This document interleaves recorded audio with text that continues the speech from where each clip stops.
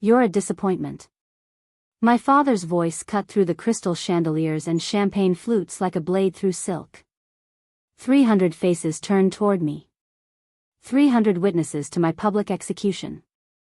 He stood at the microphone in his tailored Tom Ford suit, gripping the podium like he owned the very air we breathed, and said those words with the kind of casual cruelty only a parent can master. This wedding was supposed to be my day. Instead, it became the stage for my demolition.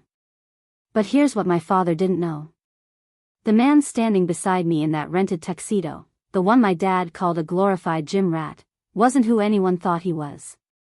And when the truth came out in front of all those people, when every Navy SEAL in that ballroom rose to their feet in perfect synchronization and saluted the man I married, my father's face went white as the tablecloths. Stay with me, because what happened next didn't just change my wedding. It changed everything. Before we jump back in, tell us where you're tuning in from, and if this story touches you, make sure you're subscribed because tomorrow, I've saved something extra special for you. Lauren Hayes learned early that love in the Hayes household was a performance review, not a birthright. She was 29 years old, teaching second grade at Riverside Elementary in Portland, Oregon, and living in a modest studio apartment in the Pearl District that smelled faintly of coffee and old books. The walls were covered with crayon drawings from her students, hand-drawn hearts and stick figures holding hands, the kind of art that cost nothing and meant everything. She had precisely $842 in her savings account after rent, drove a 12-year-old Honda Civic with a dent in the passenger door, and her idea of a splurge was buying the name brand peanut butter instead of the store brand.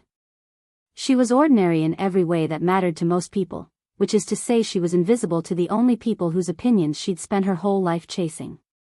Her father, Richard Hayes, was a different species entirely. He built his empire on asphalt and ambition, turning empty desert lots across Arizona into sprawling shopping centers and luxury office complexes. His name appeared on brass plaques and charity donor walls. His handshake opened doors that didn't have handles for regular people. He wore shoes that cost more than Lauren's monthly grocery budget and checked his Rolex more often than he checked on his daughters. Richard Hayes was the kind of man who measured success in square footage and stock portfolios, who believed struggle was a choice made by the lazy, and who had never once in his 58 years questioned whether he might be wrong about anything. Victoria Hayes, Lauren's mother, was the architect of their social standing in a different way. She designed interiors for Phoenix's wealthiest families, selecting marble countertops and imported tile with the precision of a surgeon. Her work appeared in Arizona Living magazine. Her Christmas parties were attended by city council members and resort developers. She spoke in soft tones and smiled with her mouth closed, a woman who had perfected the art of supporting her husband's worldview without ever having to articulate one of her own. When Richard dismissed someone, Victoria simply looked away. It was easier than disagreement.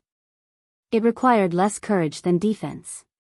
Then there was Kelsey, 2 years younger than Lauren, born with the kind of effortless charisma that bent rooms toward her like gravity. Kelsey worked in marketing for a tech startup in Tempe, traveled to conferences in Austin and Seattle, posted photos from rooftop bars with captions about hustling and grinding. She had inherited their father's confidence and their mother's charm, a combination that made her the sun around which the Hayes family orbit rotated.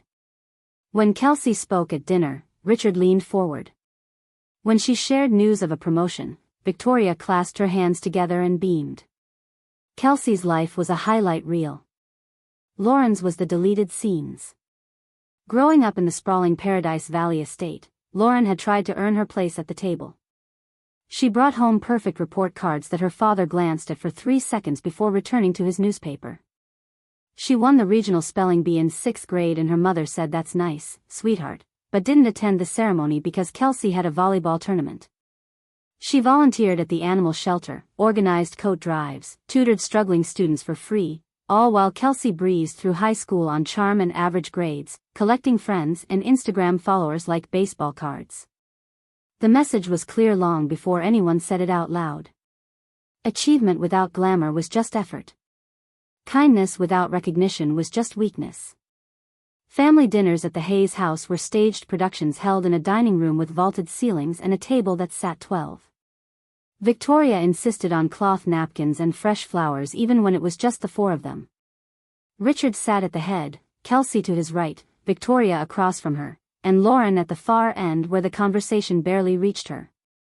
They talked about market trends and vacation homes, about colleagues and clients, about everything except the things that might require vulnerability or honesty. Once, when Lauren was 16, she tried to talk about a student in her mentorship program whose family was being evicted. Richard had cut her off mid-sentence. If they can't afford rent, they should have made better choices. That's not cruelty, that's economics. Victoria had nodded. Kelsey had checked her phone.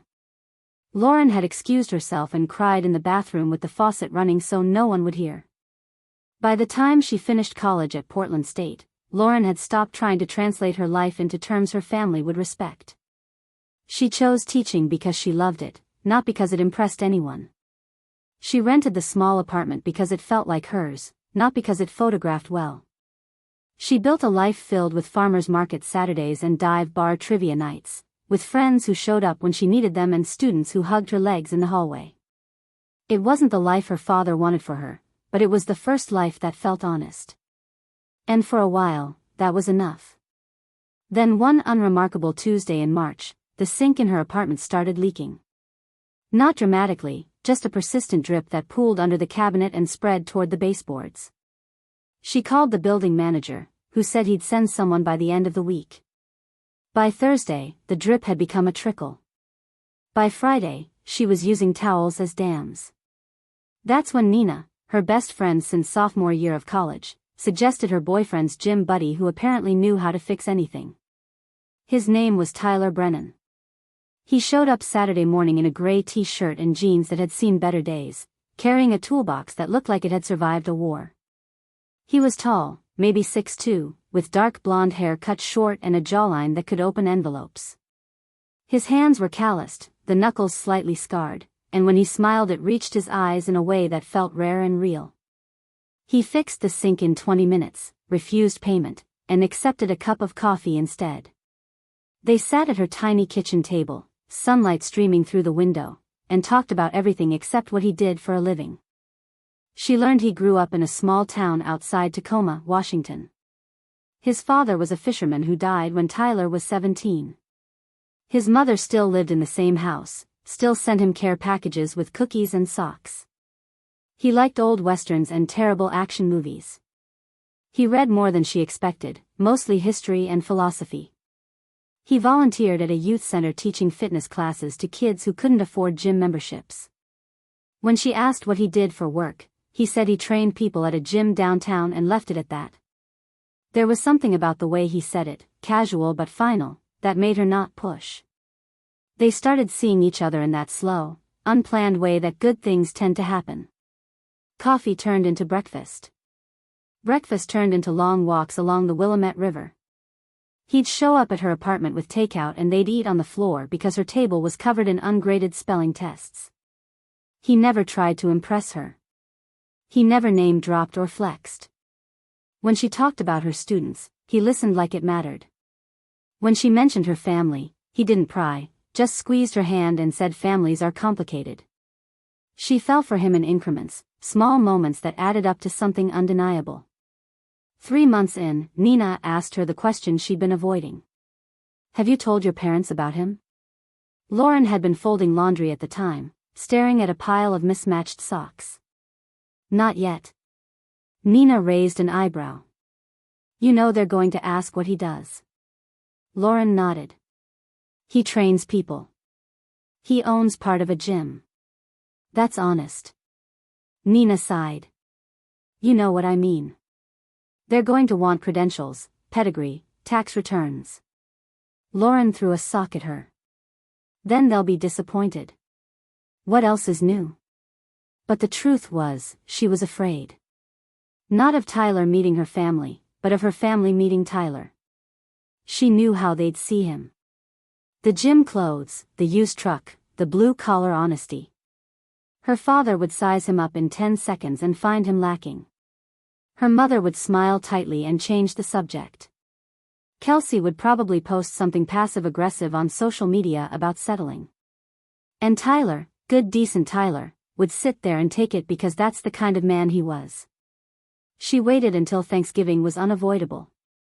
Her mother had called 3 times asking if she was bringing anyone, her tone laced with the kind of hope that felt like pressure. So Lauren said yes, she was seeing someone, and yes, he'd come to dinner. She didn't mention the gym. She didn't mention the toolbox or the modest apartment he rented near the river. She just said his name was Tyler and left the rest blank. The drive from Portland to Scottsdale took 19 hours. They split it over 2 days, stopping at roadside motels and diners with laminated menus. Tyler drove most of the way, one hand on the wheel, the other resting on her knee. He didn't seem nervous. When she asked if he was worried about meeting her family, he shrugged. "I've been through worse." She wanted to believe him, but she'd seen worse up close. She knew what her father's silence could do. She knew how her mother's politeness could sting more than shouting. They pulled up to the Paradise Valley house just before sunset. The estate sprawled across 2 acres, all terracotta tile and floor-to-ceiling windows, surrounded by manicured desert landscaping that required a full-time gardener to maintain. Preparing and narrating this story took us a lot of time, so if you are enjoying it, subscribe to our channel, it means a lot to us. Now back to the story. Tyler parked his truck next to her father's Range Rover and her sister's Audi. For a moment, neither of them moved. "You ready?" he asked. She wasn't, but she nodded anyway. Her mother answered the door in a cream-colored dress that probably cost more than Lauren's rent. Victoria's eyes swept over Tyler, cataloging every detail, the faded jeans, the simple button-down shirt, the absence of labels or luxury. "Oh, you must be Tyler. How lovely. Come in, come in." Her voice was warm in the way a hostess's voice is warm, performative and distant. Tyler shook her hand and thanked her for having him. Victoria smiled and led them inside. The house smelled like roasted turkey and expensive candles. Kelsey was in the living room, scrolling through her phone on the leather sectional. She looked up, waved without standing, and said hey in a tone that suggested she'd already made up her mind. Richard was in his study, door half open, typing on his laptop. He emerged a few minutes later, shook Tyler's hand with the grip of a man testing for weakness, and said, "So you're the boyfriend?" Tyler met his gaze and said, "I am, sir." Richard grunted and walked toward the dining room. Dinner was exactly as Lauren had feared. The table was set with china that had been in the family for generations. Victoria had prepared enough food for 10 people, as if abundance could substitute for warmth. Richard sat at the head of the table, carving the turkey with surgical precision. Kelsey talked about her latest campaign, some viral video that had boosted their clients' sales by 30%.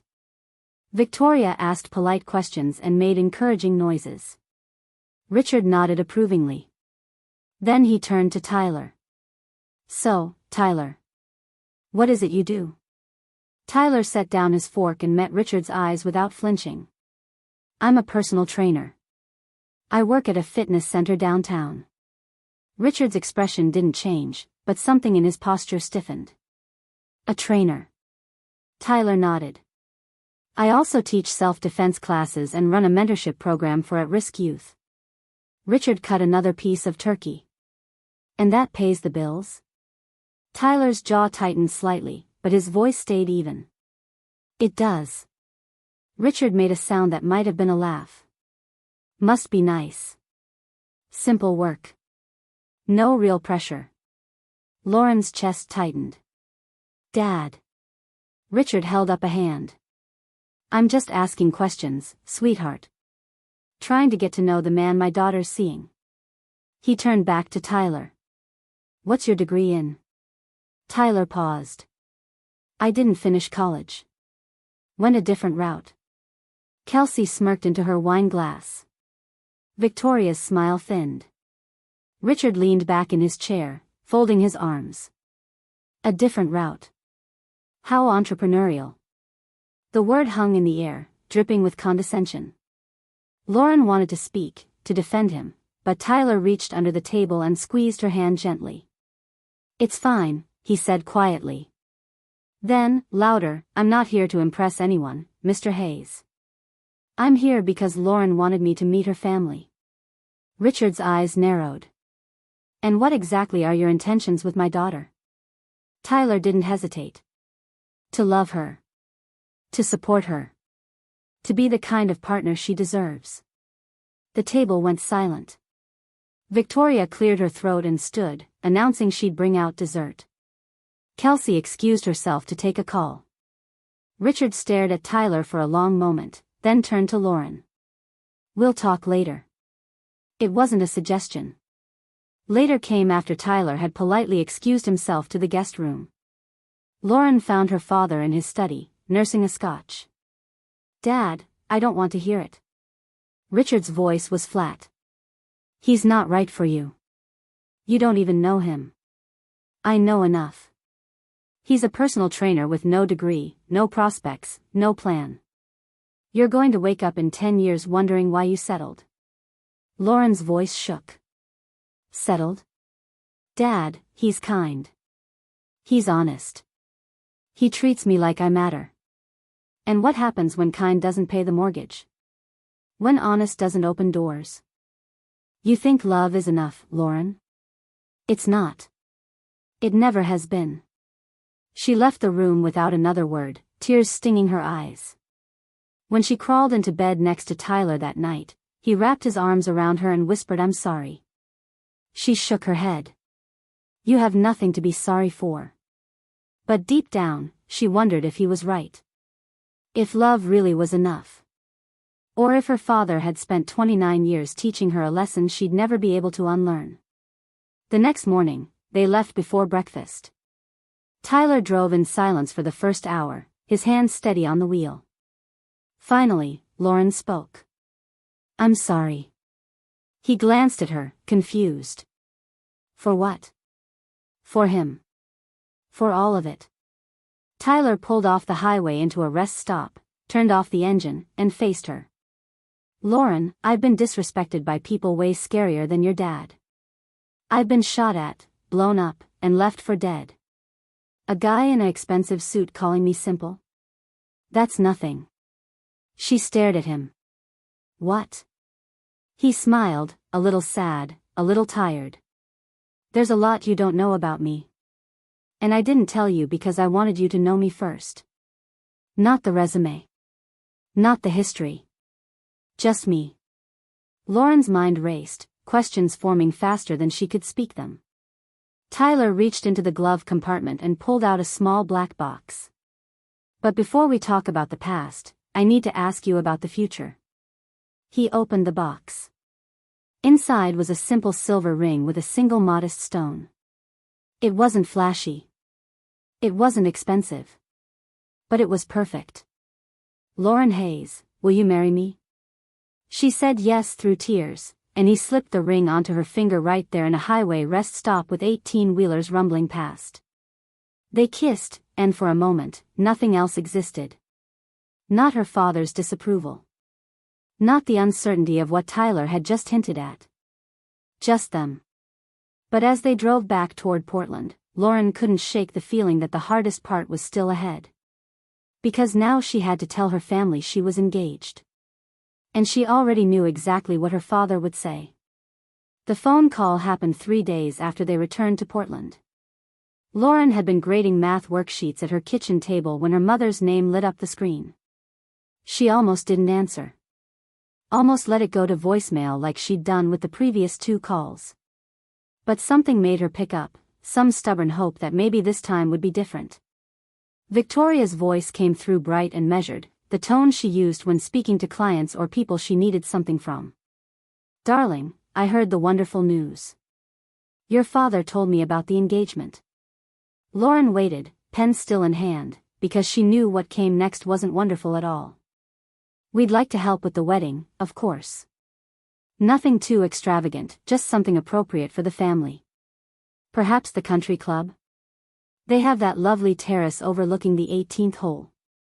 Lauren closed her eyes. Mom, we haven't even talked about what we want yet. Well, naturally, Victoria continued as if Lauren hadn't spoken, you'll want to do this properly.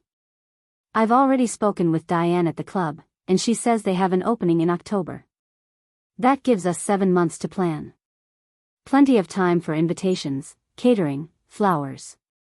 Your father and I would handle the costs, obviously. We want this to be special. There it was. The offer wrapped in obligation, generosity with strings attached. Lauren had learned this language young, the way her mother could turn a gift into a leash. She took a breath. That's generous, Mom, but Tyler and I want something smaller. More intimate. Victoria's pause lasted just long enough to communicate disappointment. Intimate. I see. And where were you thinking? We were actually looking at a small venue here in Portland. Maybe the Botanical Gardens or that place by the river. Nothing fancy. Just family and close friends. Another pause, longer this time. Lauren, sweetheart, you have to think about how this looks. Your father's business associates, our friends, they'll expect an invitation. You can't just exclude people because you want something small. That's not how these things work. Lauren's grip tightened on her pen. These things. You mean my wedding? Your wedding that reflects on this family, yes. Victoria's voice had lost some of its brightness now, replaced by something sharper. Your father has worked very hard to build our reputation. We can't have people thinking we're not supporting you properly. Lauren stood up, pacing to the window. So this isn't about supporting me. It's about appearances. That's not fair. You know we love you. We just want what's best. What's best, or what looks best? Lauren, don't be dramatic. We're offering to give you a beautiful wedding. Most daughters would be grateful. The words hit exactly where they were meant to. Lauren had spent her whole life being told she should be grateful. Grateful for the private school education she never asked for. Grateful for the college fund that came with expectations about majors and careers. Grateful for the family name that felt more like a weight than a privilege. She was tired of gratitude that felt like guilt. I need to talk to Tyler, she said finally. Of course, dear. Just don't wait too long. These things book up quickly. Victoria hung up before Lauren could respond, leaving her standing by the window with the phone still pressed to her ear and a familiar hollowness spreading through her chest. Tyler came home an hour later, gym bag slung over his shoulder, hair damp from a post-workout shower. He found her on the couch, staring at nothing. What happened? She told him about the call, about the country club and the expectations and the barely concealed disappointment. Tyler sat beside her, close enough that their knees touched. What do you want? He asked simply. I want something real. Something that feels like us. Not a performance for 300 people I barely know. Then that's what we'll do. But my parents will be furious. They'll say I'm embarrassing them. Tyler took her hand. Lauren, look at me. She did. His eyes were steady, patient. I need you to hear this. You are not responsible for managing your father's feelings. You're not required to perform for people who only love you when you meet their standards. You deserve a wedding that makes you happy, not one that makes them comfortable. She wanted to believe him. Wanted to accept that it could be that simple. But 30 years of training didn't disappear because someone gave you permission to choose differently. What if they don't come? She whispered. Then they don't come. And we'll get married anyway, surrounded by people who actually care about us. Not the idea of us. Not the version of us that fits their narrative. Just us. Lauren leaned into him, breathing in the familiar scent of his soap and something underneath it, something clean and certain. Okay. Okay, we do it our way. Tyler kissed the top of her head. Our way. They found a venue 2 weeks later. A restored warehouse on the east side of the river with exposed brick and iron beams, big windows that let in sheets of natural light. It wasn't polished or prestigious. The bathrooms were small and the parking was limited and there wasn't a golf course in sight. But when Lauren walked in and saw the space, saw how the afternoon sun hit the worn wooden floors, she felt something loosen in her chest. This is it, she said. Tyler smiled. Yeah, this is it. They set the date for September, sent out invitations to 60 people, friends and co-workers and the few family members who had shown up over the years when it mattered. Lauren's Uncle Frank, her father's younger brother who had moved to Seattle and worked as a high school counselor, who sent her birthday cards every year and never once asked why she wasn't more like Kelsey. Nina, of course, who cried when Lauren asked her to be maid of honor. Tyler's mother, who flew down from Washington and hugged Lauren so tightly she could barely breathe, whispering, "You're perfect for him, sweetheart, absolutely perfect." The invitation to her parents went out with the others, cream-colored cardstock with simple black lettering. No embossing, no gold leaf, just their names and a date and an address. Lauren mailed it herself, standing at the post office drop box for a full minute before finally letting it fall. She didn't expect a response. She got one anyway. Richard called on a Thursday evening. Lauren was making dinner, stirring pasta while Tyler chopped vegetables. Her phone buzzed on the counter. Dad flashed across the screen. She stared at it for 3 rings before answering. "Hello? Lauren." His voice was clipped, formal. "We received your invitation." "Okay. Your mother and I won't be attending." She had known it was coming. Had prepared herself for exactly this outcome. But hearing it spoken out loud still felt like a punch to the sternum. "Okay," she managed. "This isn't personal. It's a matter of principle. You're making a choice that we can't support. We've made that clear. And showing up would send the wrong message." "The wrong message," Lauren repeated slowly. "To who?" "To you. To him. To everyone watching. You're marrying beneath yourself, and we won't pretend otherwise." Tyler had stopped chopping. He was watching her now, concern creasing his forehead. Lauren turned away, gripping the phone tighter. "Beneath myself.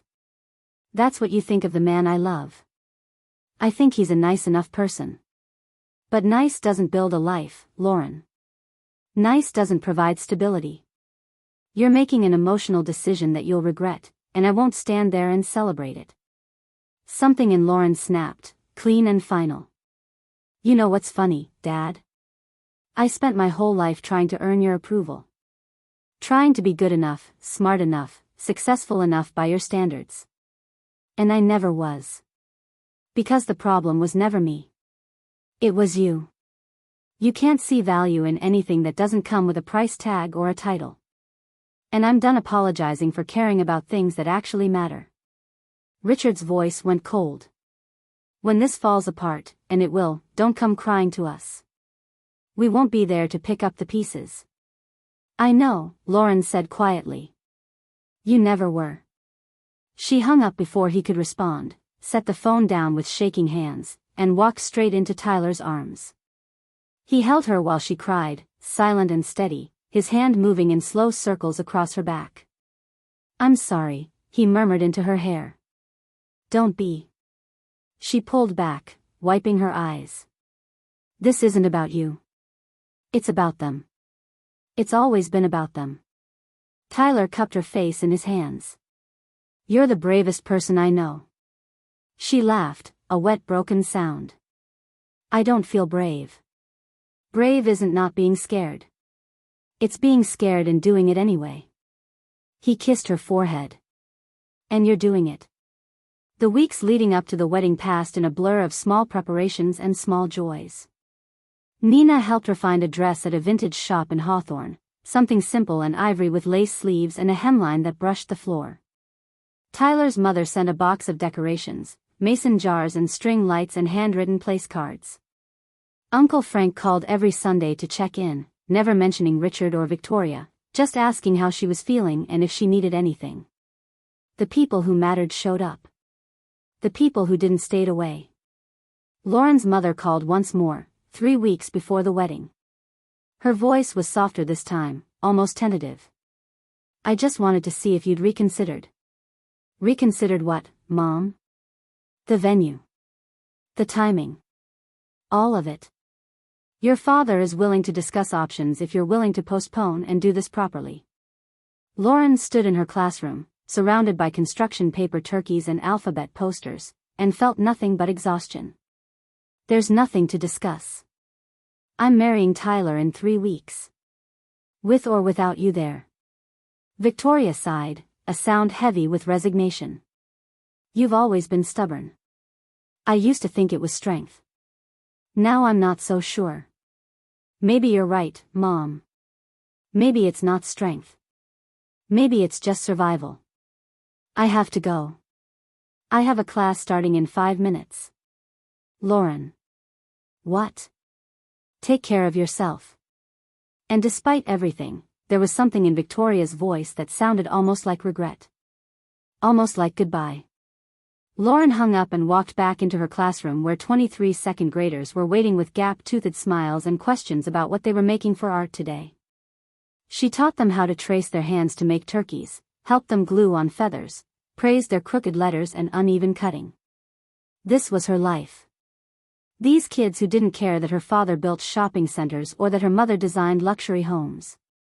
They cared that she remembered their birthdays and pronounced their names correctly and never made them feel small. That was enough. That had to be enough. Kelsey sent a text the night before the wedding. Short and cold, just like everything else between them had become over the years. Can't make it tomorrow. Have a client meeting in San Francisco. Hope it goes well. No apology. No explanation beyond the obvious lie. Lauren deleted it without responding. She'd spent too many years translating Kelsey's casual cruelty into something more palatable. She was done with that, too. The morning of the wedding arrived with rare September sunshine, the kind of golden light that made everything look softer and more forgiving. Lauren woke up in Nina's apartment where she'd spent the night, surrounded by bridesmaids and mimosas and nervous laughter. Nina painted her nails a soft pink while another friend from work curled her hair. Someone made a playlist of love songs. Someone else ordered bagels and laughed when the delivery guy asked if it was someone's birthday. Better, Nina told him. It's a wedding. The delivery guy grinned. Congratulations. I hope they deserve you. Lauren smiled. He does. Tyler was across town getting ready with his groomsmen, guys from the gym and a few old friends from his hometown. His mother had texted Lauren earlier that morning, just a simple message that made her cry into her coffee. Welcome to the family, sweetheart. We're so lucky to have you. She read it 3 times, memorizing the words, saving them for the moments when she'd need to remember that family wasn't always about blood. Sometimes it was about choice. The venue looked exactly right when they arrived. String lights crisscrossed the ceiling, casting warm pools of light across the tables. Wildflowers in mason jars lined the windowsills. Folding chairs faced a simple archway draped in white fabric and greenery. 60 chairs. 60 people who had chosen to be there. Uncle Frank stood near the entrance, dressed in a navy suit she'd never seen him wear, his eyes crinkling when he saw her. You look beautiful, kiddo. She hugged him tight. Thanks for being here. Wouldn't miss it for the world. Where else would I be?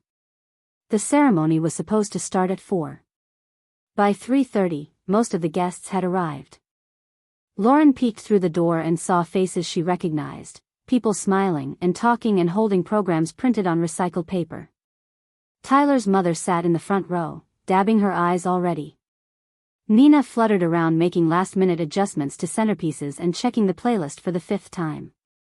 Everything was ready. Everything except the 3 empty chairs in the back row that Lauren had left, just in case. Just in case her parents changed their minds. Just in case Kelsey decided to show up after all. The chairs stayed empty. At 3:55, the music started.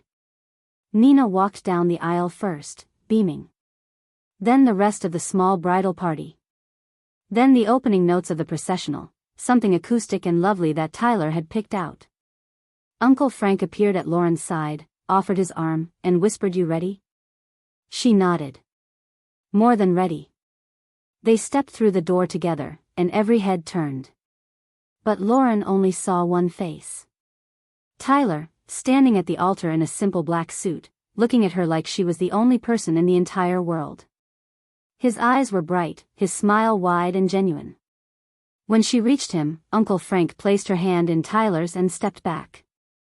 The officiant, an old friend of Tyler's from his gym, began speaking about love and commitment and choosing each other every day. Lauren barely heard the words. She was too focused on Tyler's hands holding hers, warm and steady. On the way he looked at her, no performance, no pretense, just pure unfiltered joy. When it came time for vows, he spoke first. His voice was low but clear, meant only for her even though 60 people were listening. Lauren, you are the strongest, kindest, most genuine person I've ever met. You see the best in people even when they don't deserve it. You give without expecting anything in return. You love without conditions. I don't know what I did to deserve you, but I promise I'll spend the rest of my life trying to be worthy of that love. She couldn't stop the tears. Didn't even try. When it was her turn, she took a shaky breath and spoke from the heart. Tyler, you taught me that I didn't have to earn love. That I was enough exactly as I am. You showed me what it means to be chosen, not tolerated. Not judged. Just chosen. And I choose you, every single day, for the rest of my life. They exchanged rings, simple silver bands they'd picked out together at a small jeweler downtown. The officiant pronounced them married. Tyler kissed her, and the room erupted in applause and cheers. They walked back down the aisle together, husband and wife, while camera phones captured the moment and someone threw biodegradable confetti that stuck in Lauren's hair. It was perfect. It was theirs. The reception started immediately after, tables pushed together for a casual dinner, a playlist instead of a band, a simple sheet cake from a local bakery instead of some towering fondant creation. People ate and laughed and gave toasts that were funny and heartfelt. Tyler's mother told a story about him as a kid, trying to build a treehouse and nearly falling out of the tree 3 times. Nina recounted the first time Lauren had mentioned Tyler, how she tried to play it cool but kept smiling into her coffee. Uncle Frank raised his glass and said simply, "To love that doesn't quit." Lauren sat next to Tyler, their chairs pushed close together, his hand resting on her knee under the table. She looked around the room at these people who had shown up, who had celebrated without conditions or expectations. This was family. This was home. She didn't need her father's approval or her mother's validation or Kelsey's acknowledgement. She had everything that mattered right here. But just as dinner plates were being cleared and the first dance was about to begin, the door at the back of the venue opened. Lauren glanced over absently, expecting a late guest or maybe someone from the catering staff. Instead, she saw 3 people walking in. Richard Hayes in a charcoal suit. Victoria in a pale blue dress. Kelsey trailing behind them, phone in hand. They stood just inside the doorway, scanning the room with expressions that were carefully neutral, rehearsed. Richard's eyes found Lauren. He nodded once, a gesture that could have meant anything or nothing. Lauren's heart dropped into her stomach. Tyler's hand tightened on her knee. Nina, who had been halfway to the makeshift dance floor, froze mid-step. The room didn't go silent, but conversations definitely quieted. People noticed. Uncle Frank stood up slowly from his seat, his jaw set. Richard walked forward first, Victoria and Kelsey following. They moved through the tables like they owned the space, like their absence for the past 3 hours was a minor inconvenience rather than a deliberate statement. Richard stopped a few feet from Lauren and Tyler's table. He cleared his throat. Lauren. Tyler. Congratulations. His voice was flat, obligatory. Lauren didn't stand. Didn't smile. Just looked at him. You're late. We had some business to attend to. Couldn't be helped. He glanced around the room, taking in the mismatched chairs and simple decorations with an expression that might have been disdain or might have been discomfort. This is nice. Very intimate. Tyler stood then, positioning himself slightly in front of Lauren. Mr. Hayes. Mrs. Hayes. Kelsey. Richard extended his hand. Tyler shook it, but there was no warmth in the gesture. Just formality. Richard turned back to Lauren. We thought we should be here. For appearance's sake. Lauren's voice came out colder than she'd ever heard it. Appearances sake. Victoria stepped forward, her smile thin and brittle. What your father means is that family is important. And we didn't want you to think we didn't care. You told me you weren't coming, Lauren said quietly. You said you couldn't support this. Richard waved a hand dismissively. Things change. We reconsidered. The wedding already happened, Dad. You missed it. All of it. The ceremony, the vows, everything. For the first time, Richard looked uncomfortable. Well, we're here now. And that's what matters. Tyler's voice was calm but firm. With respect, sir, it's not what matters. What matters is that you made your position clear. You told Lauren she was making a mistake. You refused to be part of her day. And now you show up at the reception expecting what, exactly? Gratitude? Richard's face hardened. I don't expect anything from you. I'm speaking to my daughter. And I'm speaking for my wife, Tyler said, stepping fully between Richard and Lauren now. She gave you a chance. You said no. You don't get to change your mind now because it's convenient. Kelsey finally looked up from her phone. Oh my God, this is so dramatic. Can we just sit down and eat or whatever? Nina appeared at Lauren's other side, arms crossed. There aren't any seats for you. We planned for the people who RSVP'd yes. Richard's eyes narrowed. Are you seriously going to turn us away? Lauren stood then, moving beside Tyler. I'm not turning you away, Dad. You already left. You chose not to be here. This is just me accepting that choice. Victoria's composure cracked slightly. Lauren, please. We made a mistake. Can't we just move past this? Move past it?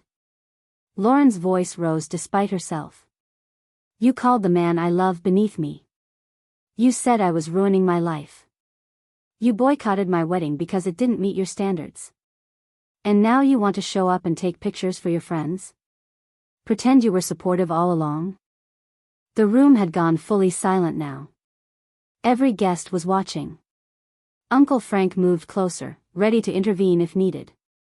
Richard drew himself up to his full height, voice dropping into that cold authoritative tone he used in business negotiations. You're being childish. We're your parents. We deserve respect. Tyler spoke before Lauren could. Respect is earned, Mr. Hayes. Not demanded. And from where I'm standing, you've done nothing to earn it. Richard turned on him. You don't get to tell me how to handle my family. You're right, Tyler agreed. But she does. And she's told you. You're just not listening. For a long moment, nobody moved. The tension stretched thin and brittle. Then Richard straightened his jacket, his face a mask of controlled anger. Fine. If this is how you want it, fine. We tried. Let the record show we tried. He turned to leave, Victoria following immediately. Kelsey lingered for just a second, looking at Lauren with something that might have been regret or might have been annoyance. You're really doing this? Lauren met her sister's eyes. I already did it. Without you. Kelsey shook her head and walked out. The door closed behind them with a soft click that somehow felt louder than if they'd slammed it. The room stayed quiet for another heartbeat. Then Uncle Frank started clapping. Slow, deliberate, proud. One by one, other guests joined in until the whole room was applauding. Not for the drama. But for Lauren. For her standing up.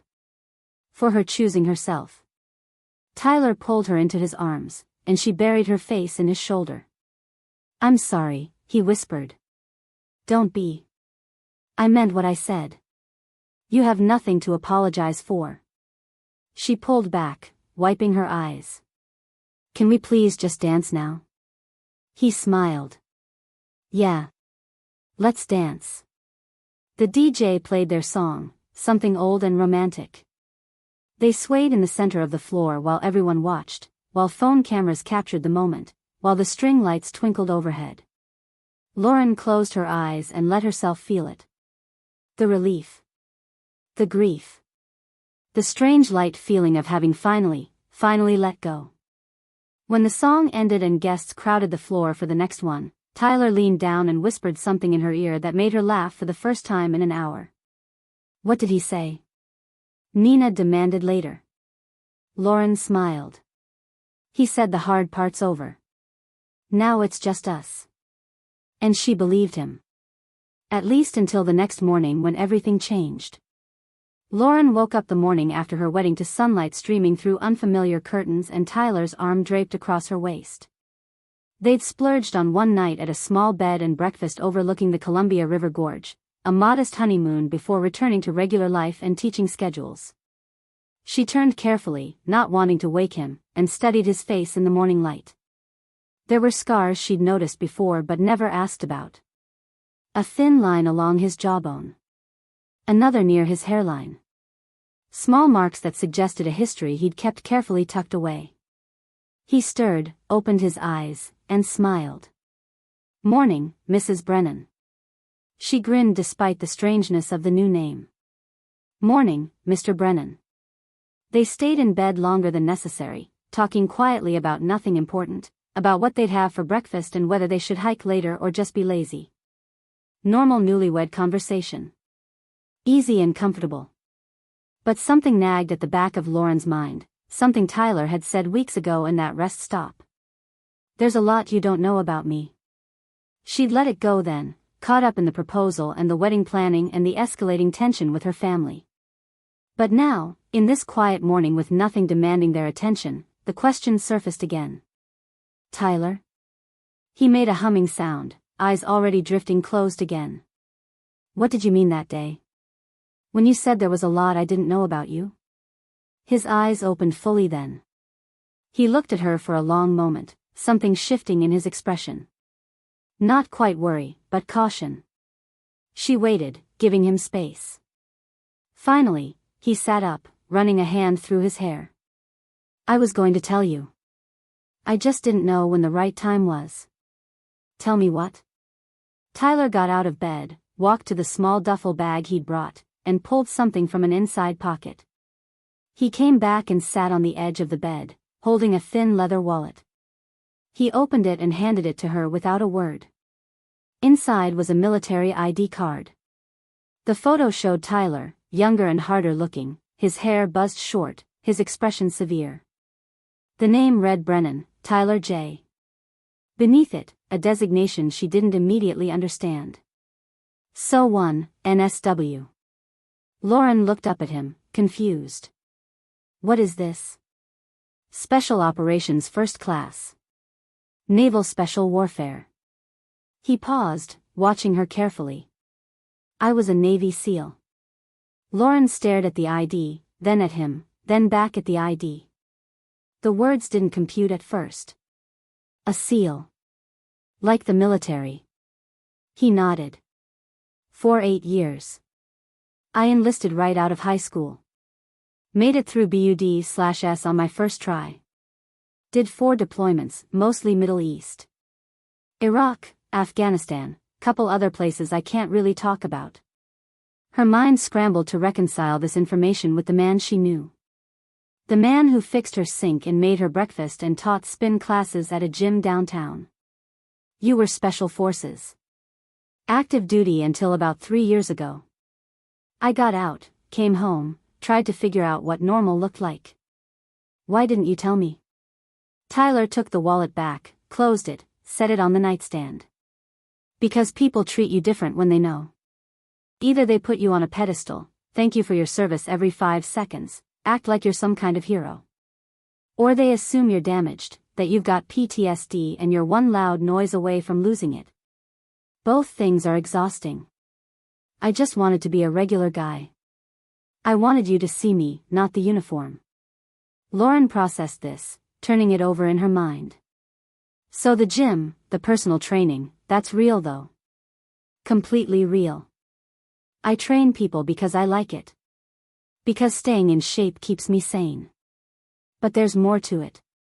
He hesitated again, choosing his words carefully. Remember I mentioned the youth program? Teaching self-defense? She nodded. That's part of a contract I have with the Navy. I'm technically a civilian contractor now. I train candidates who are trying to get into special operations programs. Not the full BUD/S course, but prep work. Foundation building. I also consult on tactical fitness protocols. Why didn't you just say that?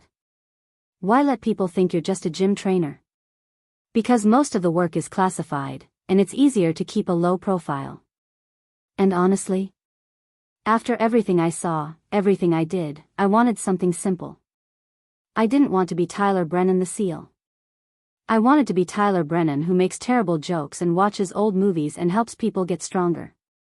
When I met you, I thought if you knew, it might change how you saw me. And I really, really didn't want that.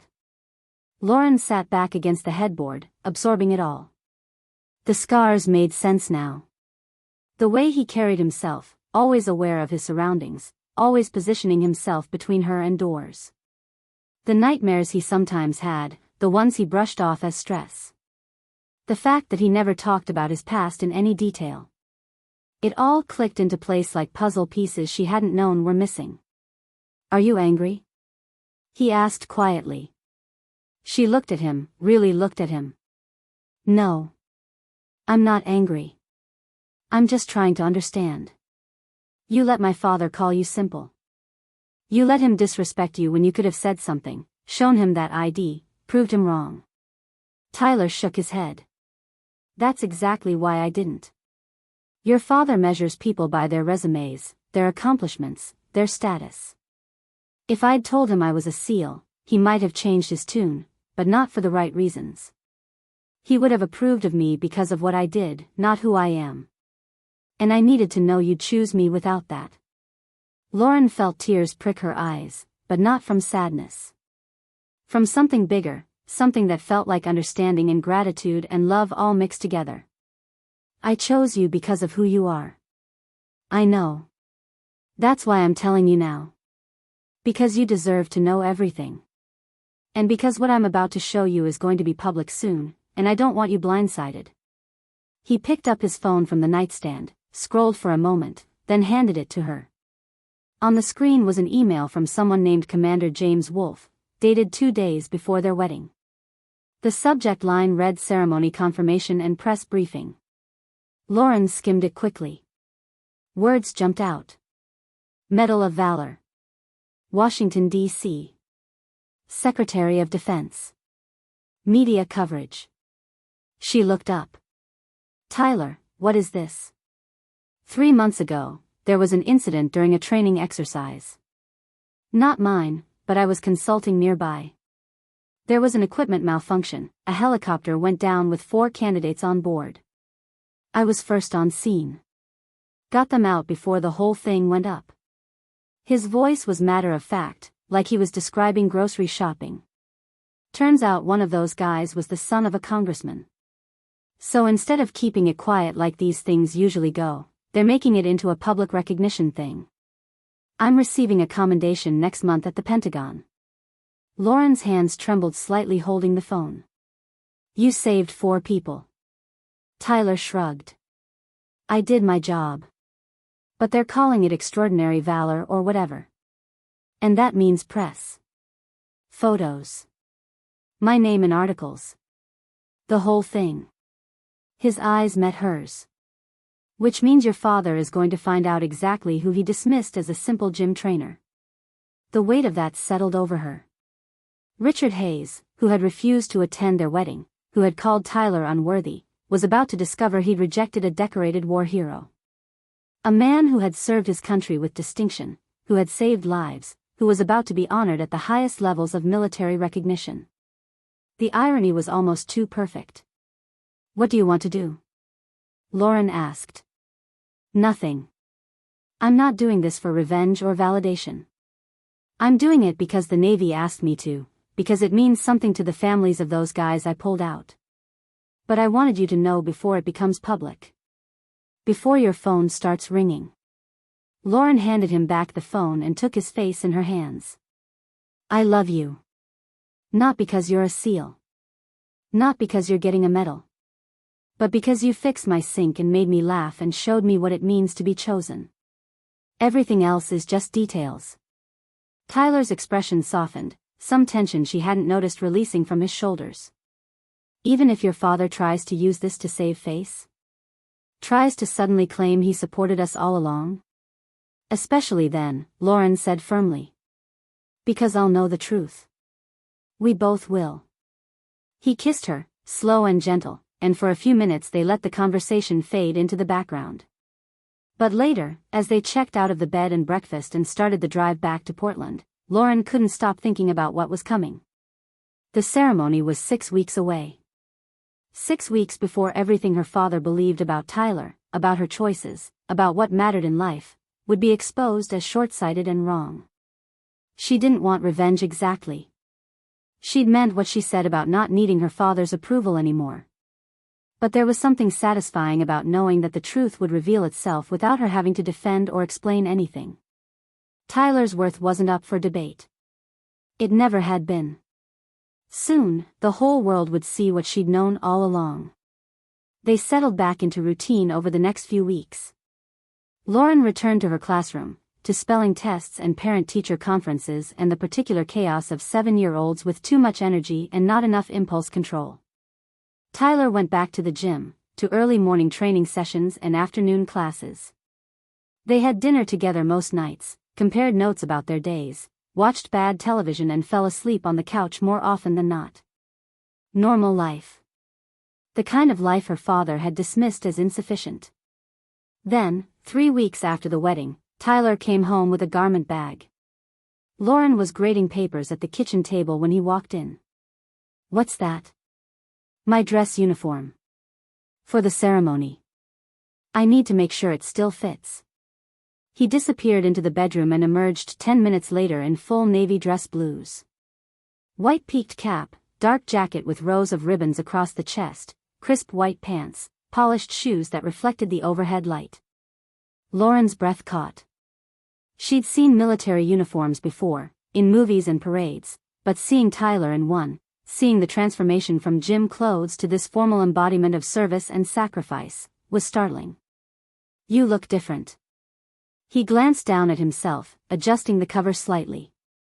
Yeah, it's weird wearing this again. Makes me feel like someone I used to be. She walked over, running her fingers along the ribbons.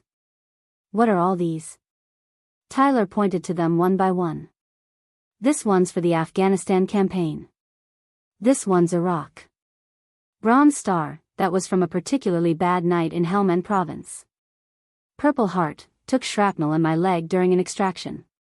Navy and Marine Corps Commendation Medal. Good conduct. Overseas service. And this one, he touched a distinctive ribbon near the top, that's going to be the Medal of Valor once they officially present it.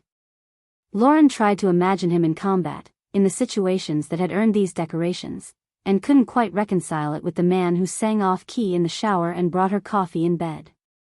How many people know about all this? About what you did? Not many. Most SEAL operations don't come with public recognition. You do the job and you move on. But this thing with the helicopter, it's different because civilians were watching. Training exercise during a public demonstration. Cameras everywhere. So they can't exactly sweep it under the rug. When is the ceremony? October 15th. Pentagon. My mom's flying out. Few guys from my old team are coming. Commander Wolf will be there obviously. He paused. You don't have to come if you don't want to. If it's too much. Lauren looked at him like he'd grown a second head. Are you insane? Of course I'm coming. You're my husband. This is important. He smiled, relieved. Okay. Good. I just didn't want to assume. Will it be filmed? Photographed? Some. Military press, maybe a few civilian outlets. Nothing huge, but it'll probably end up online. He met her eyes. Which means it's possible your family will see it. Possible or likely? Tyler shrugged. Likely. These things have a way of circulating, especially with the congressman connection. His office is definitely publicizing it. Lauren thought about her father seeing Tyler in that uniform, seeing the ribbons and the commendation and the undeniable evidence of heroism and sacrifice. She thought about Richard's face when he realized the man he'd called simple had done things Richard couldn't even imagine. Part of her felt guilty for the satisfaction that thought brought. But only part. The rest of her felt something closer to peace. Justice, maybe. The natural consequence of judgment rendered without understanding. Do you think they'll reach out? She asked. When they find out? I don't know. Does it matter? Lauren considered this. A month ago, the answer would have been yes. Now, she wasn't sure. Maybe not. Maybe it only matters that we know. Tyler pulled her close, careful not to wrinkle the uniform. That's all that's ever mattered. The next few weeks passed in a strange state of anticipation. Lauren kept teaching, kept living her life, but there was an undercurrent of waiting. Waiting for the ceremony. Waiting for the moment when Tyler's hidden history would become public knowledge. Waiting to see if her family would say anything. They didn't. No calls, no texts, no emails. The silence from Scottsdale was absolute. Nina asked about it one afternoon over coffee. Have you heard from them at all? Not since the wedding. Nina stirred her latte slowly. How do you feel about that? Honestly? Relieved. I spent so much time trying to make them see me, trying to prove I was worth their attention. Now I just feel free. Like I can finally breathe without wondering if I'm doing it wrong. Nina reached across the table and squeezed her hand. You know, when Tyler's thing goes public, they're going to lose their minds. Probably. But that's not why he's doing it. I know. But it's still going to be satisfying to watch. Lauren laughed despite herself. Is that terrible? That I kind of want to see my dad's reaction? Nina grinned. Not terrible. Human. Very, very human. The week before the ceremony, Tyler started getting calls from military press liaisons, confirming details and asking for biographical information. They wanted to know about his background, his service record, his family. One reporter asked if his wife would be available for a brief interview, just a few questions about supporting a military spouse. Tyler declined on her behalf without asking. I'm not putting you through that. You've been through enough. But Lauren had been thinking about it. About the story that was about to be told and who got to tell it. The morning they left for Washington, she pulled Tyler aside. If they ask me questions at the ceremony, I'm going to answer them. You don't have to. I know. But I want to. She took a breath. I want to talk about what it means to love someone for who they are, not what they've accomplished. I want to say that the bravest thing my husband ever did wasn't pulling people from a burning helicopter. It was being honest about who he was and trusting me to see his worth without all the decorations. Tyler stared at her, something unreadable in his expression. Then he pulled her into a kiss that was somehow both gentle and fierce. You're incredible. You know that? I married up, Brennan. Way, way up. She smiled against his lips. We both did. The flight to D.C. was uneventful. Tyler's mother met them at the hotel, a sturdy woman with Tyler's eyes and a hug that felt like coming home. She held Lauren at arm's length, studying her face. You're good for him. I can see it. Lauren felt herself tearing up. He's good for me too. Better than I knew I needed. Tyler's mother nodded knowingly. That's how the best ones work. You don't know you're missing something until suddenly you're whole. That night, they had dinner with Commander Wolf, a man in his late 50s with silver hair and a handshake that could crush stone. He regaled them with stories about Tyler's service, carefully edited to remove the classified parts but still painting a picture of competence and courage that made Lauren's chest tight with pride. Your husband is one of the best operators I've ever worked with, he told her. Smart, steady, doesn't panic. Saved my ass more than once. Tyler looked uncomfortable with the praise, changing the subject to ask about Wolf's grandkids. The ceremony was scheduled for 10 in the morning. Lauren woke early, nerves fluttering in her stomach even though she wasn't the one being honored. She helped Tyler with his uniform, adjusting the ribbons even though they were already perfect, smoothing down his collar even though it didn't need smoothing. He caught her hands. Hey. I'm nervous. I know. Me too. He kissed her forehead. It's just a ceremony. Couple hours, some speeches, then we go get terrible airport food and fly home. But it's not just a ceremony. It's everyone seeing who you really are. Tyler tilted her chin up so she had to meet his eyes. They're seeing one part of who I am. The rest, the important parts, those are just for you. And that's the part that matters. She nodded, swallowing hard. Okay. Okay, let's do this. The Pentagon was massive and intimidating, all concrete and authority. They were escorted through security and down long corridors to a large ceremonial room with flags lining the walls and rows of chairs facing a small stage. The room was maybe half full, mostly military personnel in dress uniforms, a few civilians in suits. Tyler's old team members were there, 6 men who looked like they could walk through walls, each one greeting Tyler with complicated handshakes and quiet words. His mother sat in the front row, already crying. Lauren took her seat next to her as the ceremony began. A series of officials spoke, including the Secretary of the Navy and the congressman whose son Tyler had saved. They recounted the incident in detail, the helicopter malfunction, the fire, the split-second decision to run toward danger instead of away from it. They talked about Tyler's service record, his deployments, his leadership. They used words like exemplary and selfless and heroic.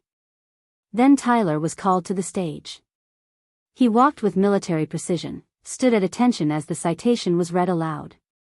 The secretary pinned the Medal of Valor to his uniform, shook his hand, and the room erupted in applause. Cameras flashed. Someone was definitely recording. This moment, this recognition, was now part of the permanent record. Tyler remained composed, thanking his team, his commanders, the men he'd served with. He didn't mention Lauren by name, but he looked directly at her when he said the real heroes are the people who support us at home, who believe in us when we don't believe in ourselves, who see us as more than just what we do. After the ceremony, there was a small reception. Reporters circled, asking questions. One of them approached Lauren. Mrs. Brennan? I'm with Navy Times. Would you mind if I asked you a few questions about your husband? Lauren glanced at Tyler, who was surrounded by brass and politicians. She straightened her shoulders. Sure. The reporter asked standard questions at first.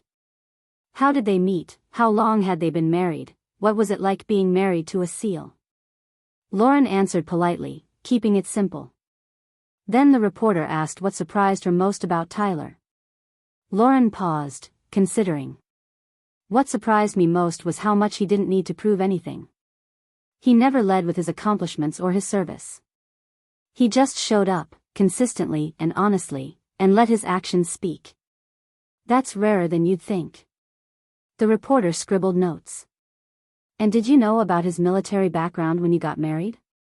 Lauren smiled slightly. I knew enough. I knew he was a good man.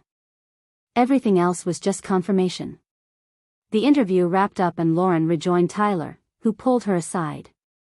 You okay? Better than okay. I'm proud of you. Not because of the medal. Because of who you are when no one's watching. That's the Tyler Brennan I married. They flew home the next day, exhausted but lighter somehow. Like something that had been hanging over them had finally resolved. Tyler changed out of his uniform in the hotel bathroom and back into jeans and a t-shirt, back to being just himself. They didn't talk much on the flight, just sat close together, Lauren's head on his shoulder, both of them drifting in and out of sleep. When they landed in Portland and stepped out into the drizzle, it felt like returning to real life. To the life they'd chosen, not the one defined by medals or recognition. But Lauren's phone had been off during the flight. When she turned it on walking through the terminal, It exploded with notifications. Texts, voicemails, missed calls. Most of them from numbers she didn't recognize. But 3 were from her father. 2 from her mother. 1 from Kelsey. Lauren stopped walking. Tyler noticed, turned back. "What is it?" She held up her phone, showing him the screen. "They know." Lauren listened to the first voicemail in the cab ride home from the airport. Her father's voice came through the speaker, measured but with an edge she'd rarely heard. "Lauren, it's your father. I just saw the news coverage from Washington. We need to talk. Call me back as soon as you get this." There was a pause, then, "This changes things." She deleted it without listening to the others. Tyler watched her from the seat beside her, his hand resting on her knee. "You don't have to deal with this right now. I know. But I'm going to have to eventually. Do you want to deal with it?" She looked out the window at the gray Portland streets, the familiar coffee shops and bookstores passing by. "I want to hear what they have to say. Not because I need their approval. Just because I'm curious what excuse they'll come up with." They got home to their small apartment, both of them moving slowly from exhaustion and travel. Tyler started unpacking while Lauren sat on the couch, phone in hand, staring at the missed call notifications. Finally, she pressed play on her mother's voicemail. Victoria's voice was softer than Richard's, almost tentative. "Sweetheart, I hope your trip home was safe. Your father and I saw the ceremony on the news. We had no idea about Tyler's service. We would very much like to speak with you both when you have a moment. Please call us back." The third message was from Kelsey, and it was startlingly different in tone. "Holy shit, Lauren. Your husband is like actually famous now. There's articles everywhere. People from high school are texting me asking if I know him. Why didn't you tell anyone? Call me back. We should talk." Lauren set the phone down and rubbed her face with both hands. Tyler emerged from the bedroom. "What are they saying?" "Dad says we need to talk and this changes things. Mom wants to speak to both of us. Kelsey is excited because apparently Tyler is trending." He sat down beside her. "What do you want to do?" Lauren thought about it. Thought about all the times she'd imagined her family recognizing Tyler's worth, seeing what she saw, validating her choice. She'd pictured some version of this moment, some vindication that would feel satisfying and complete.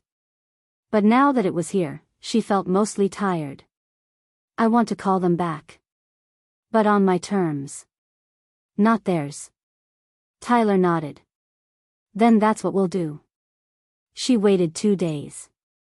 Let the calls and texts pile up, let her family sit with their urgency and their sudden interest. She went back to work, taught her classes, graded papers, lived her regular life. On Thursday evening, after dinner, she finally called her father back. He answered on the first ring. "Lauren. Thank you for calling. You said we needed to talk." Richard cleared his throat. "Your mother and I have been discussing things. We saw the ceremony. Saw Tyler receive the Medal of Valor. We had no idea about his military service, his record, any of it. You never asked. That's not entirely fair. You never mentioned it. Because you'd already made up your mind about him. You called him simple. Said I was marrying beneath myself. You boycotted my wedding." There was a pause. "We may have been hasty in our assessment." "May have been." "Dad, you looked at him and saw only what he did for work. You didn't see his character, his kindness, the fact that he saved lives. You saw a gym trainer and decided he wasn't worth your time." Richard's voice hardened slightly. "We're trying to make amends here, Lauren. You could meet us halfway."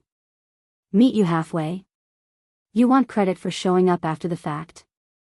For changing your opinion now that you know he has credentials you respect? That's not how love works, Dad. That's not how family works. Your mother and I would like to take you both to dinner. To apologize properly. To start over. Tyler doesn't need your apology. And neither do I. We're fine without it. Richard's frustration bled through now. What do you want from us, Lauren? To grovel?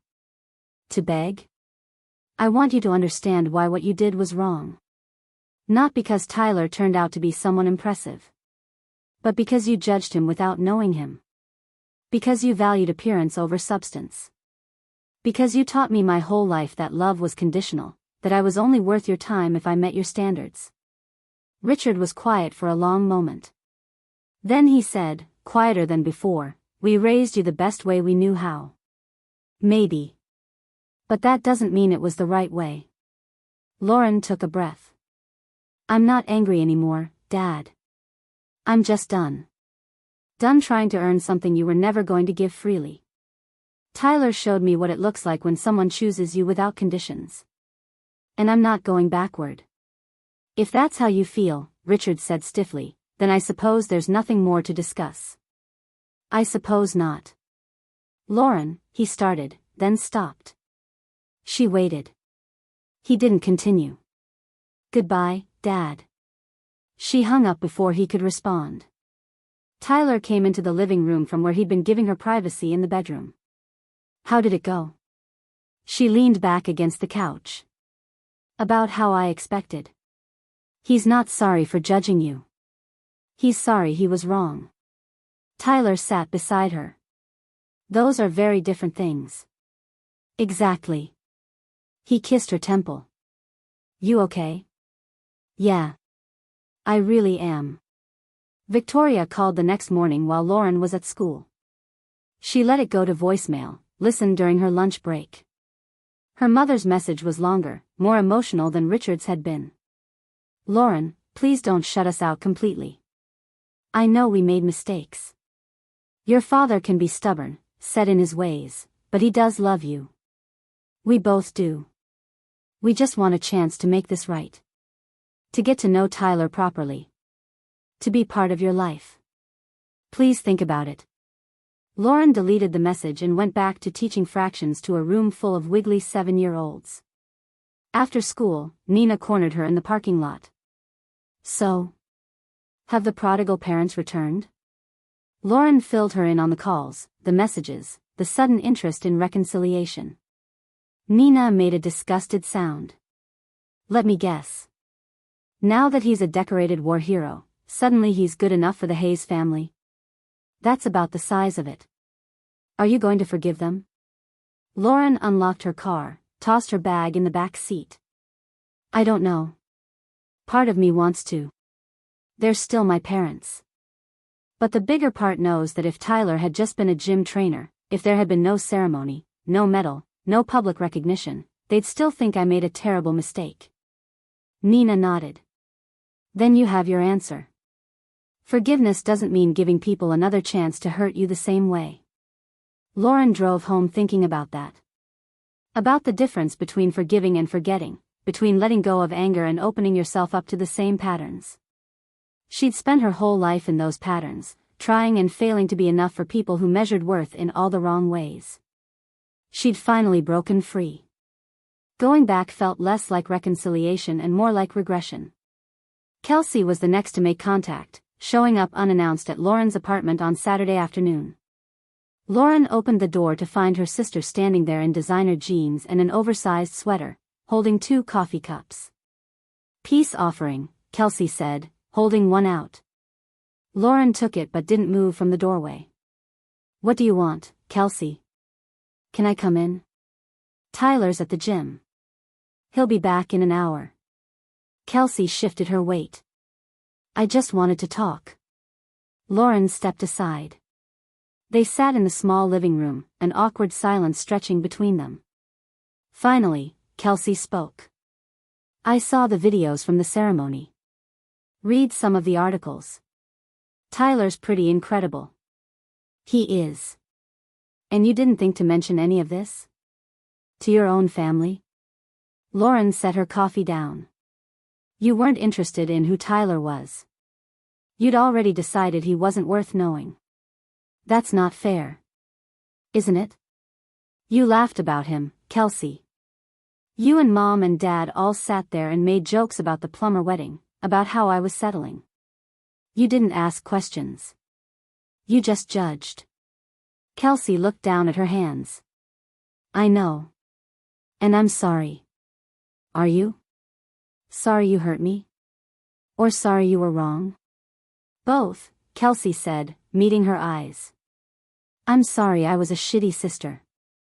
I'm sorry I didn't stand up for you. And yeah, I'm sorry I judged Tyler without knowing him. But I'm here now. Trying to fix it. Lauren wanted to believe her.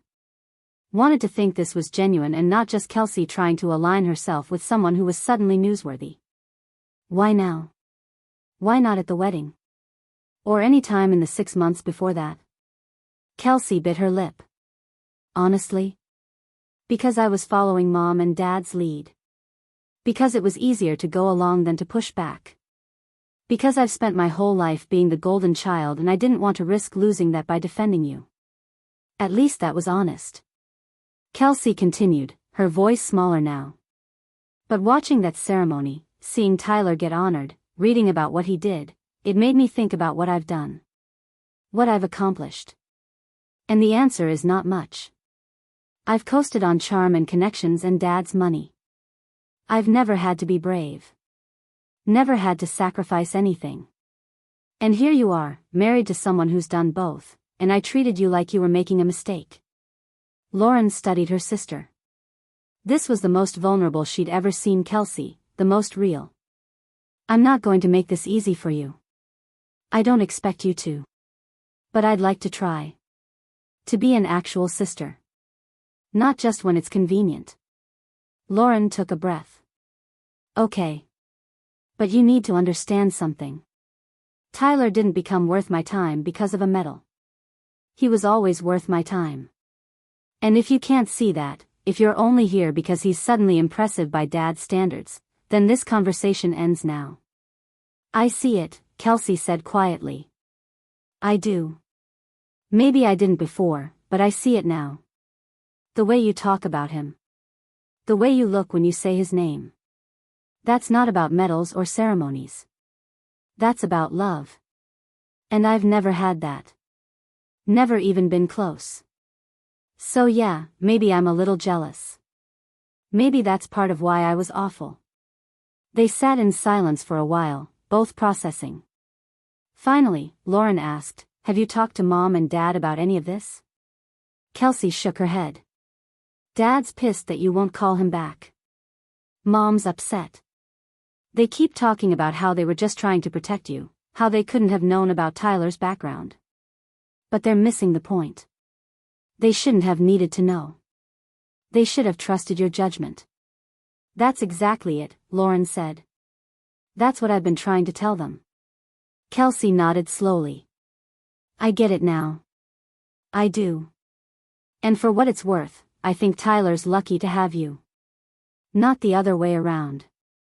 Lauren felt something loosen in her chest, some tension she'd been carrying. Thanks. I needed to hear that. Tyler came home 20 minutes later, sweaty from the gym, and stopped short when he saw Kelsey on the couch. Oh. Hey. Hi, Kelsey said awkwardly. I was just leaving. She stood, grabbed her purse. Lauren walked her to the door. Kelsey paused in the hallway. Can I ask you something? Sure. That night at the wedding. When Mom and Dad showed up late. You stood your ground. How did you do that? How did you not cave? Lauren thought about it. Because I finally realized their approval wasn't worth the cost. That spending my life trying to earn something they were never going to give freely was just choosing to be miserable. And I chose differently. Kelsey nodded, eyes a little wet. I want to choose differently too. Then do it, Lauren said simply. Stop waiting for permission. Just choose. After Kelsey left, Tyler found Lauren in the kitchen, staring out the window. That looked intense. It was. But maybe good? Maybe the start of something good. He wrapped his arms around her from behind. Are you going to let them back in? Your family? Lauren leaned into him. I don't know yet. Kelsey maybe. She seems like she actually gets it. But Mom and Dad? I think they want access more than they want reconciliation. Tyler kissed the top of her head. Whatever you decide, I'm with you. The decision became clearer 2 days later when an article appeared in the Scottsdale Tribune, a lifestyle piece about prominent Arizona families. It featured the Hayes family prominently, with quotes from both Richard and Victoria about their commitment to service and supporting military families. There was even a photo, an old picture of Lauren and Kelsey from years ago, with a caption mentioning that Lauren Hayes Brennan was married to recently decorated Navy SEAL Tyler Brennan. Lauren read the article 3 times, each reading making her angrier. They were using Tyler's service to rehabilitate their own image, spinning the narrative to make it seem like they'd been supportive all along. There was no mention of the boycotted wedding, no acknowledgement that they'd refused to attend. Just carefully crafted PR designed to make them look good. She showed Tyler the article. He read it silently, his jaw tightening. This is why they've been calling. Not to apologize. To manage the optics. Exactly. They're worried about how it looks that they rejected a war hero. So now they're trying to rewrite history. Tyler handed the phone back. What do you want to do about it? Lauren thought about it. About fighting back, about calling them out publicly, about making sure everyone knew the truth. But that felt exhausting, like giving them more energy than they deserved. I want to do nothing. Nothing? Tyler looked surprised. Nothing, Lauren confirmed. Let them tell whatever story they want. The people who matter know the truth. We were there. We lived it. They can spin this however they need to for their social circle. But they can't change what actually happened. Tyler smiled slowly. That's pretty smart. It's also the most dismissive thing I can do. Treat their PR game like it's beneath my notice. Because it is. He pulled her close. Have I mentioned lately that I'm completely in love with you? Not in the last hour. Consider yourself reminded. They didn't respond to the article. Didn't call Richard and Victoria to confront them. Just went on with their lives. Lauren taught her classes. Tyler trained his clients. They had dinner with Tyler's mother who flew in for a weekend visit. They went hiking on Saturday and spent Sunday doing laundry and grocery shopping. Normal, beautiful, ordinary life. But the article had been noticed by others. Uncle Frank called, furious. Did you see what your father did? Using Tyler's service to make himself look good? I saw. And you're not going to say anything? What's the point? He'll just deny it or justify it. I'm done fighting for scraps of their respect. Uncle Frank was quiet for a moment. You know, you sound just like your grandmother. My mother. She had the same philosophy. Don't waste your breath on people who've decided not to listen. Lauren smiled. I wish I'd known her better. She would have loved you. And she would have loved Tyler. She always said character matters more than credentials. Sounds like she and Tyler would have gotten along great. The ceremony had other consequences too, ones Lauren hadn't anticipated. A local news station in Portland wanted to do a feature on Tyler, focusing on veterans transitioning to civilian life. He agreed, but only if they kept Lauren out of it. This is about the guys still serving, still struggling to adjust. Not about me getting attention. The segment aired on a Wednesday evening. Lauren watched from their couch as Tyler talked about the challenges of leaving the military, about finding purpose outside of service, about the importance of community support for veterans. He was articulate and thoughtful, speaking not about his own heroism but about the men and women who served alongside him. He mentioned the youth program he worked with, the training he provided for future operators. He talked about the need for better mental health resources and transition programs. When the segment ended, Lauren's phone buzzed with a text from Nina. Your husband is a legit public figure now.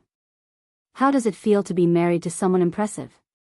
Lauren typed back, he was always impressive. Now other people just know it too. More opportunities followed.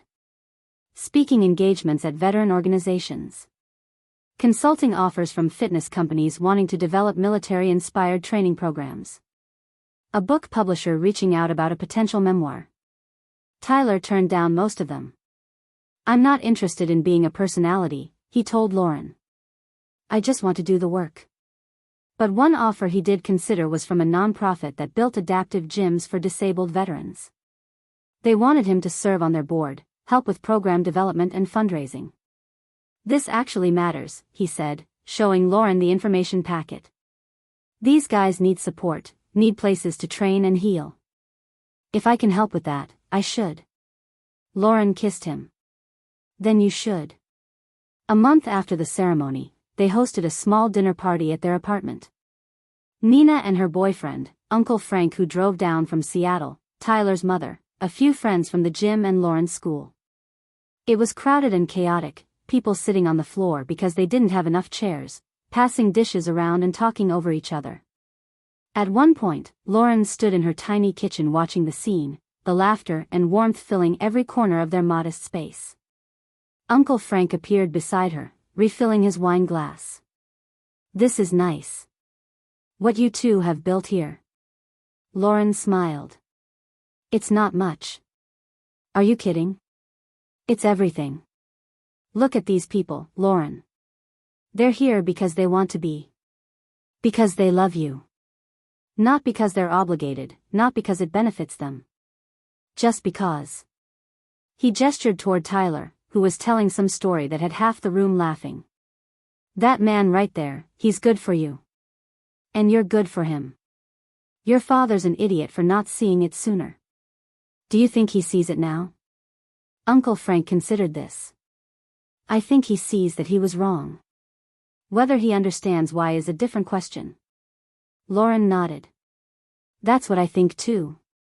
The dinner wound down eventually, people trickling out with hugs and promises to do it again soon. When everyone had left and they were cleaning up together, Tyler loading the dishwasher while Lauren wiped down counters, he asked the question she'd been avoiding. "Are you ever going to talk to your parents again?" Lauren rinsed a wine glass, considering. "Maybe. Eventually. When enough time has passed that they understand I don't need them. That I've built a life without their approval. But not now. Not while they're still trying to control the narrative." Tyler nodded. "Fair enough." She turned to face him. "Does it bother you? That we're estranged from my family?" He shook his head. "Your peace matters more than their presence. Besides, we've got family."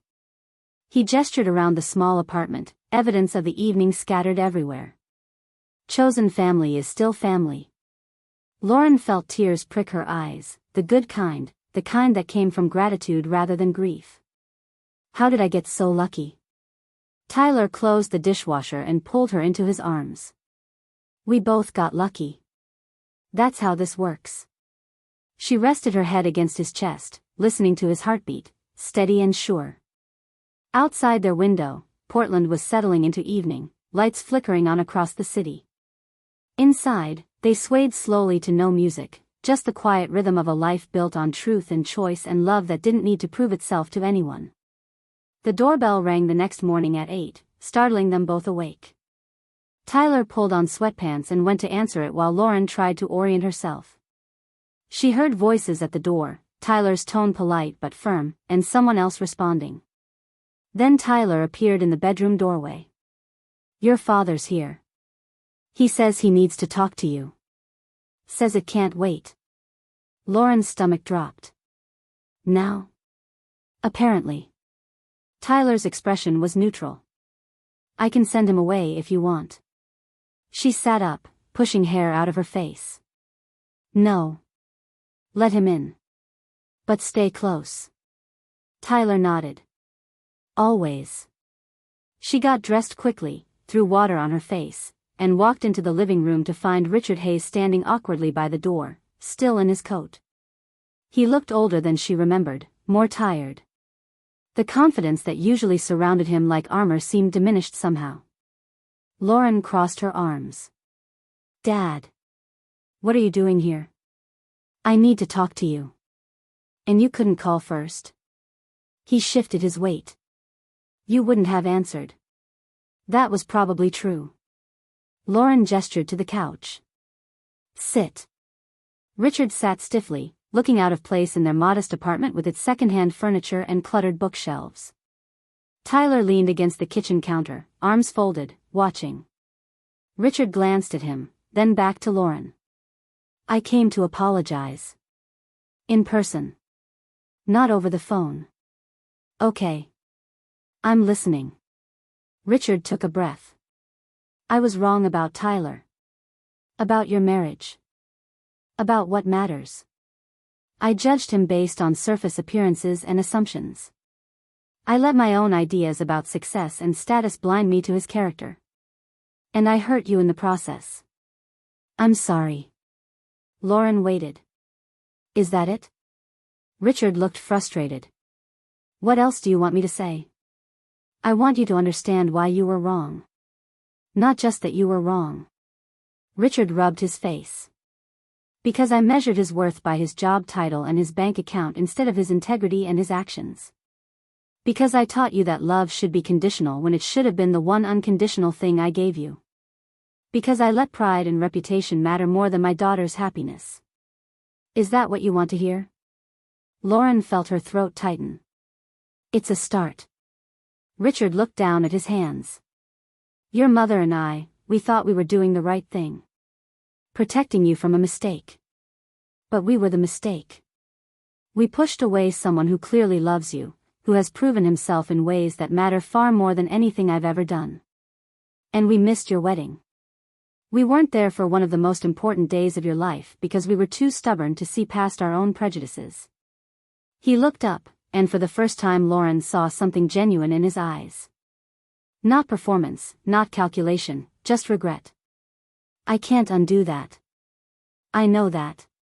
But I'm here to ask if maybe, eventually, you might let me try to do better. To be better. Lauren glanced at Tyler, who gave her a small nod. Whatever you need. She turned back to her father.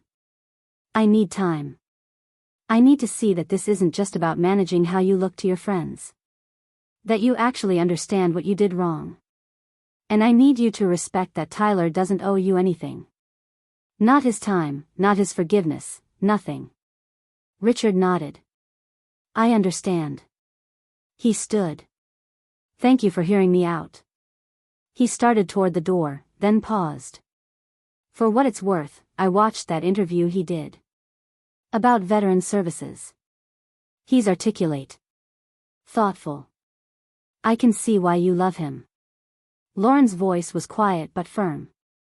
I loved him before any of that was public.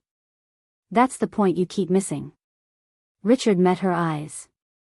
I'm starting to understand that. He left without another word.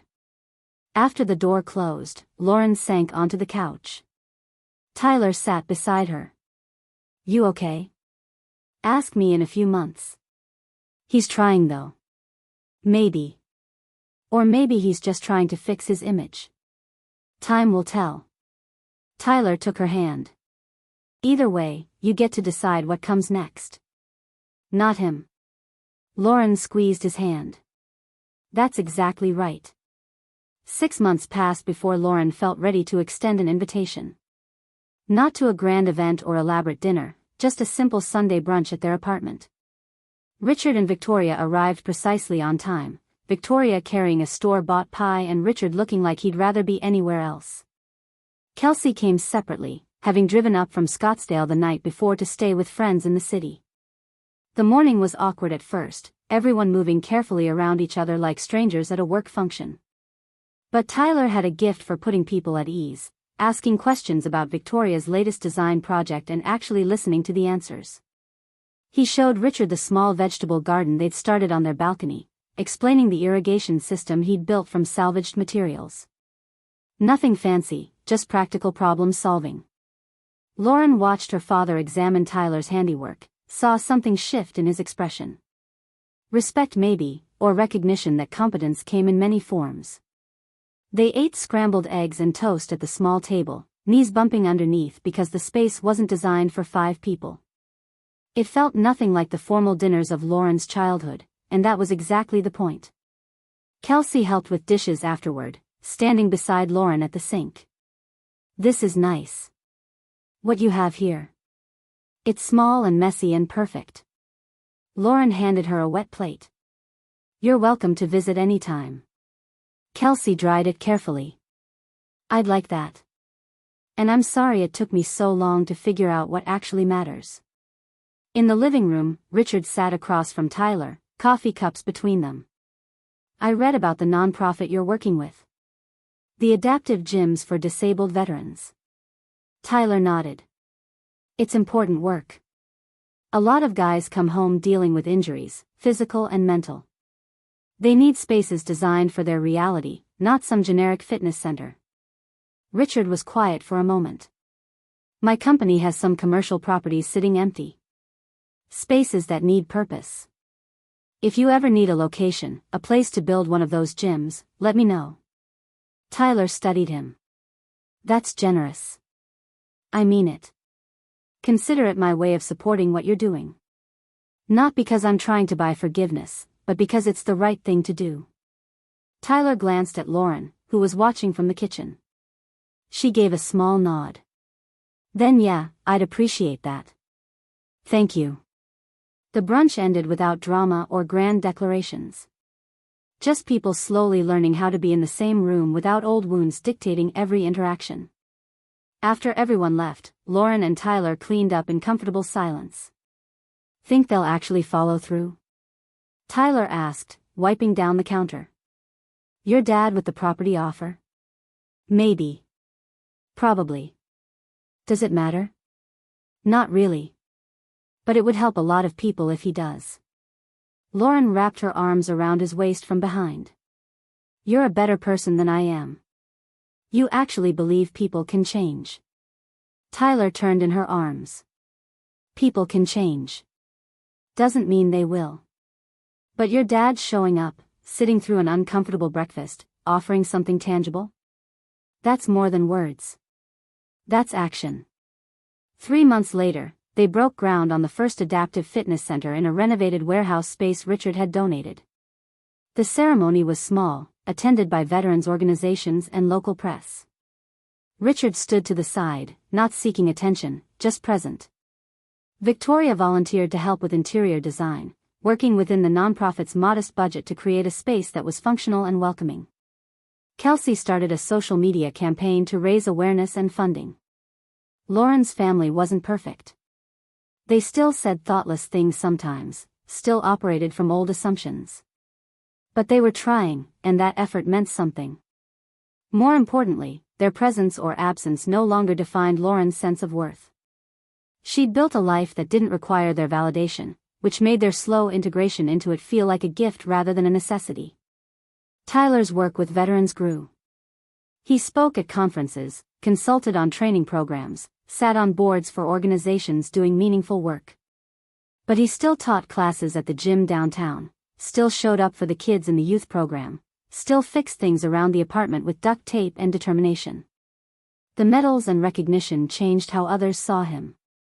They didn't change who he was. On their second anniversary, they went back to the same bed and breakfast overlooking the Columbia River Gorge. The owner recognized them, upgraded their room without being asked. They hiked familiar trails and ate at the same diner where they'd stopped on their way to that first disastrous Thanksgiving dinner. So much had changed since then. So much had stayed exactly the same. "What are you thinking about?" Tyler asked as they sat on the small balcony watching the sunset paint the sky in shades of orange and pink. Lauren leaned against his shoulder. "I'm thinking about that day you proposed. How scared I was of what came next.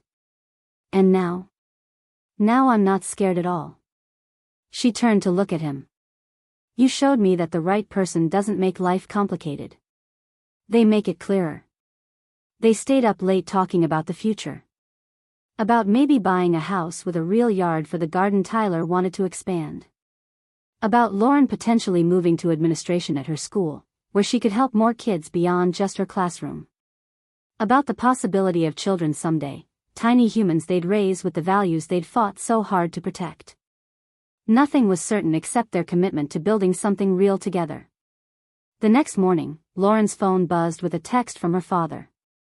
Simple and direct, so unlike the elaborate justifications of the past.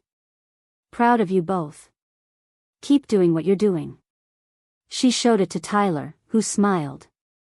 Progress. Yeah. Slow, imperfect progress. That's all we can ask for, really. They drove home through mountain passes and high desert, talking and laughing and sitting in comfortable silence. When they pulled up to their apartment building, the one with the dented mailboxes and the neighbor who practiced trumpet at odd hours, Lauren felt that familiar sense of coming home. Not to a place, but to a life they'd chosen deliberately. Inside, Tyler made coffee while Lauren sorted through mail. A wedding invitation caught her eye, one of his former teammates getting married in San Diego. We should go. Support the guys. Tyler looked over her shoulder at the invitation. Yeah, we should. He kissed the top of her head. Besides, I want to show off my wife. Lauren turned in his arms. Your wife who teaches second grade and drives a car with 100,000 miles on it and clips coupons? That wife. He grinned. Exactly that wife. The one who's braver than anyone I served with. The one who taught me that real strength is choosing love even when it costs you something. She kissed him, tasting coffee and morning and the promise of ordinary days strung together into an extraordinary life. This was what her father had called settling. This small apartment and modest existence and love without conditions. He'd been wrong about so many things, but mostly he'd been wrong about this. About thinking happiness required performance or status or validation from people who measured worth in dollars and square footage. Lauren Hayes Brennan had everything she needed. Not because she'd proven herself to anyone, but because she'd finally stopped trying. She'd chosen a man who saw her completely and loved her anyway. She'd built a family from the people who showed up, not the people who shared her blood. She'd learned that the opposite of ambition wasn't settling. It was contentment. It was peace. It was knowing that being enough for yourself was the only credential that truly mattered. Outside, Portland was waking up to another gray morning. Inside, two people who'd found each other against the odds made plans for dinner and laughed at inside jokes and existed in the simple extraordinary miracle of being chosen. No medals required. No approval necessary. Just love, honest and unadorned, which turned out to be the bravest thing either of them had ever done. Up next, you've got two more standout stories right on your screen. If this one hit the mark, you won't want to pass these up. Just click and check them out.